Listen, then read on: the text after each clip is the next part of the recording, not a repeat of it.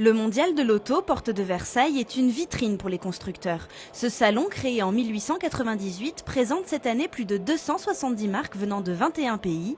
Parmi elles, les constructeurs installés dans les Yvelines. Présentation des nouveautés 2012. Ce crossover urbain qui est derrière nous, le 2008 Concept, ça c'est une voiture qui sera présentée, commercialisée à l'été prochain, donc dès 2013. Crossover, ça va mélanger les genres.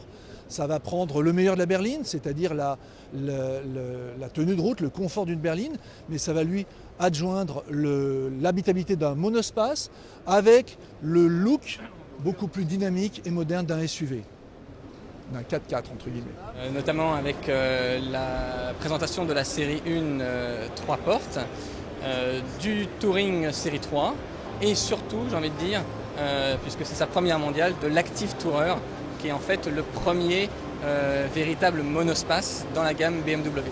On commence par le remplaçant du Kuga, le nouveau Kuga, le 4x4 de la gamme Ford.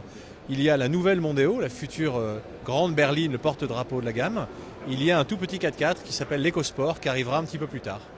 Et à cela s'ajoute le restylage de la Fiesta et le nouveau B-Max, qui sont des voitures qui vont arriver sur le marché dans les tout prochains jours, dont nous commençons la commercialisation et qui augurent déjà d'avoir un succès notable, principalement pour le B-Max qui a la particularité d'avoir des portes très innovantes.